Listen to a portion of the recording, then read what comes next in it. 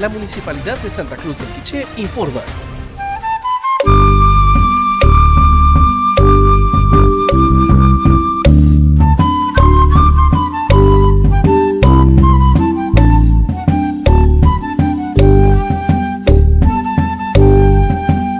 Hoy se está celebrando a nivel nacional el Día de Tecumumán y Santa Cruz del Quiché no se podía quedar atrás. Creo que es la tierra de donde fue originario el héroe nacional Tecumumán, y hoy pues con el apoyo de las autoridades educativas, niños y niñas de diferentes establecimientos, pues estamos conmemorando un aniversario más del fallecimiento de nuestro héroe nacional Tecumumán. Nos dejó un ejemplo de lucha y de valentía, de cómo debemos y podemos defender la soberanía de nuestra tierra, y creo que este ejemplo lo debemos mantener siempre presente, y qué mejor que nosotros como santacruzanos nos sintamos sumamente orgullosos de contar con un héroe nacional y sobre todo, repito, que defendió nuestra tierra de la invasión española.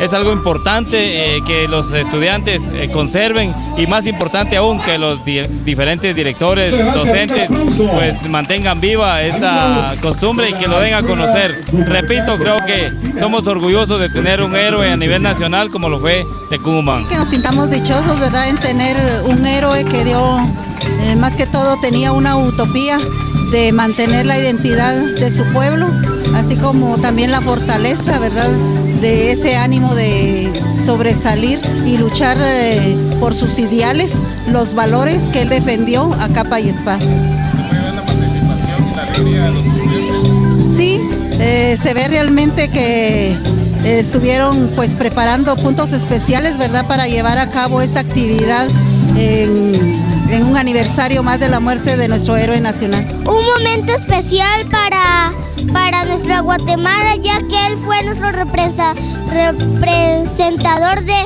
nuestra Guatemala. Gracias a él nosotros vivimos, y que tengan una buena mañana y mejor día de Tecumumán. Municipalidad de Santa Cruz del Quiché. Administración, licenciado José Francisco Pérez Reyes.